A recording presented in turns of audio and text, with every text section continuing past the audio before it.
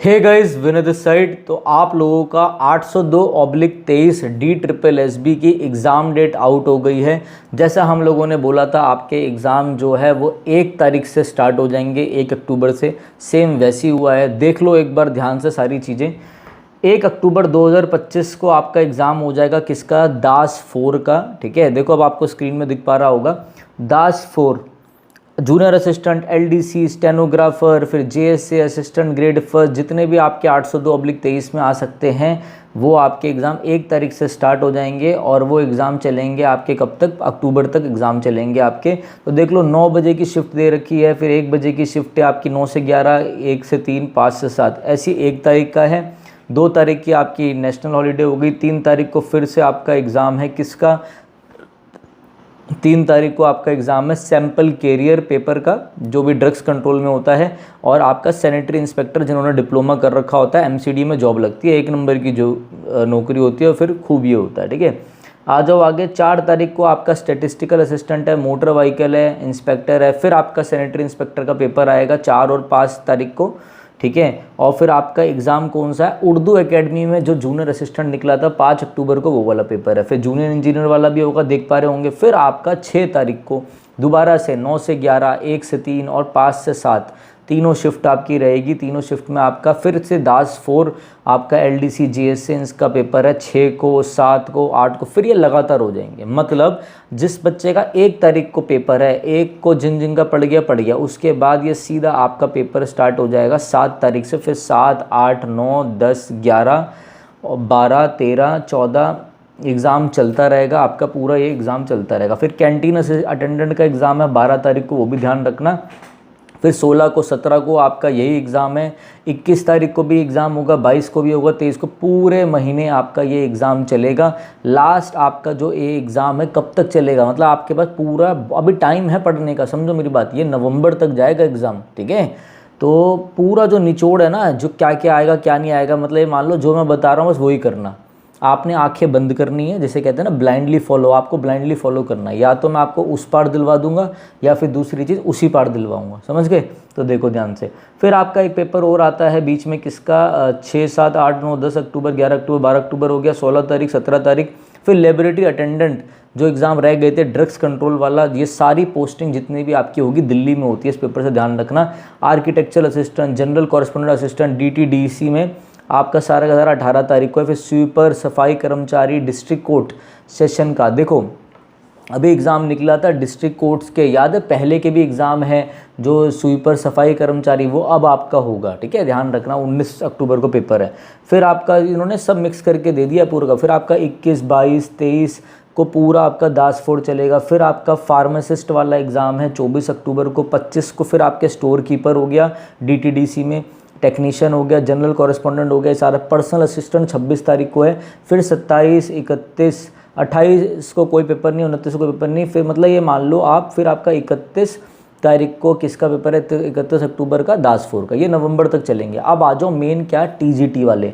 TGT social science का paper है आपका, एनडीएमसी और डीओई वाले जो एग्ज़ाम होते हैं डिपार्टमेंट ऑफ एजुकेशन वाले, 1 नवंबर को। फिर 2 नवंबर को टीजीटी सोशल साइंस, वही सेम तीनों शिफ्टें रहेंगी। ठीक है, तीनों शिफ्टें। फिर आपका दोबारा से 3 नवंबर, 4 नवंबर को फिर टीजीटी सोशल साइंस दोबारा यहाँ पर है। इन्वेस्टिगेटर, डोमेस्टिक साइंस टीचर हो गया, पढ़ पा रहे होंगे। सेल्समैन वालों के एग्जाम है। फिर ध्यान रखना आपका most important paper TGT social science के साथ साथ टीजीटी मैथ्स का 6 नवंबर को पेपर है। ठीक है, फिर मैं दोबारा आपको बोलूँगा, फॉर्म्स आपके निकले थे पियून के, ऑर्डरली के, डाक पियून के। मैं आपको, हमारे बच्चे सेलेक्टेड है ऑर्डरली में भी, आपका पोस्ट कोड इसका 822/24 है। मैं उनका इंटरव्यू भी करके डाल दूंगा, तो आपको हेल्प होगी। 9 नवंबर को आपका एग्ज़ाम है, वो करके चलना जिसने भी फॉर्म भरा हो। फिर टीजीटी सोशल साइंस है, फिर ऑर्डरली डाक वालों के, फिर टीजीटी मैथ्स आपका सारी शिफ्टों में 12 नवंबर को रहेगा। फिर 12, 13, 14 को आपका टीजीटी वो वाले चलेंगे मैथ्स वाले। फिर 15 को वही डिस्ट्रिक्ट कोर्ट सेशन वाले। भर के रिजल्ट देंगे हम इस बार। ठीक है, तो तैयार रहना। पूरे नवंबर में आप लोगों का पेपर होगा, जो पेपर रह गया था आप लोगों का। ठीक, अब आते हैं मेन किसके ऊपर? वार्डर के ऊपर। अब हमने टीचिंग का देख लिया, टीजीटी वालों का, डोमेस्टिक साइंस वाला देख लिया, हमने दास ग्रेड 4 देख लिया। अब जिन बच्चों को मैंने चीख के बोला था, बार बार बोलूँगा, चीख के बोला था कि भाई वार्डर भर दो, अभी भी मैं कह रहा हूँ आप लोगों को, जो बच्चा मेरी बात सुनता है या जो अभी हमारे साथ नया नया जुड़ा है, सोचो मत 100-200 रुपये का फॉर्म होगा, अभी भी फॉर्म आउट है किसके, असिस्टेंट सुपरिटेंडेंट जेलर के, ठीक है, वो फॉर्म भर दो, ठीक है ना। वैसे तो जेलर एग्जैक्टली वो होता है जो यूपीएससी से सेलेक्ट होकर आता है, बट ये भी मेन एक तरीके का आईओ का काम करता है जेल में, ठीक है, जेलर से जस्ट नीचे ये रैंक है, ठीक है। जैसे सब इंस्पेक्टर दिल्ली पुलिस में होता है, वैसे ही मान लो 2 स्टार जेल में होता है, तो जेलर ये होता है मेन। कहते हैं ना थाने का जो कंट्रोल होता है वो सब इंस्पेक्टर के हाथ में होता है, सारी रिस्पॉन्सिबिलिटी, कंट्रोल तो एसएचओ के हाथ में होता है, तो ये मान लो सारी रिस्पॉन्सिबिलिटी जेलर के हाथ में होती है, ठीक है। जेल आपकी एक बड़ी जेल होती है, जो जेल 10, जेल 11, जेल 12 इनमें बटी हुई होती है, ठीक है, ये भी ध्यान रखना।